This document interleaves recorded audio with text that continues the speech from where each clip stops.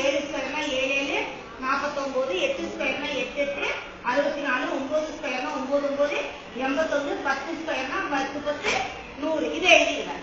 இப்ப இந்த 11 ஸ்கொயர்ல இருந்து நம்ம எப்படி ஈஸியா எழுதலாம் அப்படின்றத பாருங்க.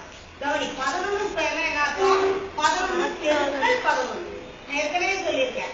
இந்த 1ஆம் ஸ்தானம் இருக்குல்ல, ஒன்னையும் கூட்டினா ஒன்னையும் பெருக்கினா என்னது? 1. ஒன்னையும் பெருக்கி எழுத மாதிரி அதே ஸ்தானத்தை ஒன்னையும் கூட்டி எழுது 1. அடுத்தது இந்த 10ஆம் ஸ்தானம் 10ஆம் ஸ்தானம் இருக்குல்ல, அதை பெருக்கி எழுது 1 1.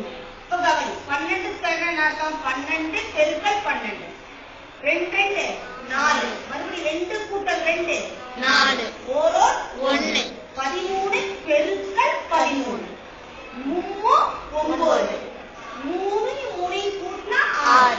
1 14 ஸ்கொயர்னா 14 பெருக்கல் 14. 16 4 கூட்டினா 8.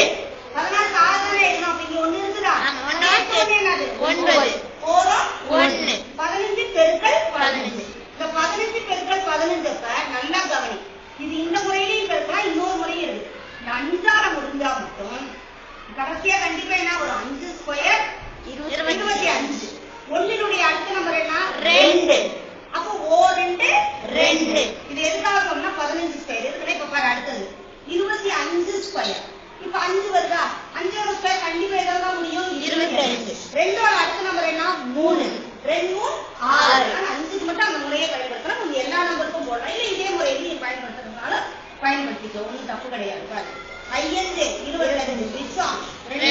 5 கூட்டினா 10 10 12 12க்கு 2 மிச்சம் 1 2. அதே மாதிரி 6 16 பெருக்கல் 16. 6 6 36 மிச்சம் 3. 6 6 கூட்டினா 12 12 3 15 இது 1 1 முனைவரையும் கூட்டினா 2. அடுத்தது 17 பெருக்கல் 17. 7 49 மிச்சம் 4.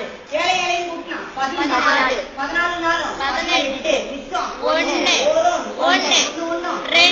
18 ஸ்கொயர் 18 பெருக்கல் 18 18 8 8 64 மிச்சம் 6.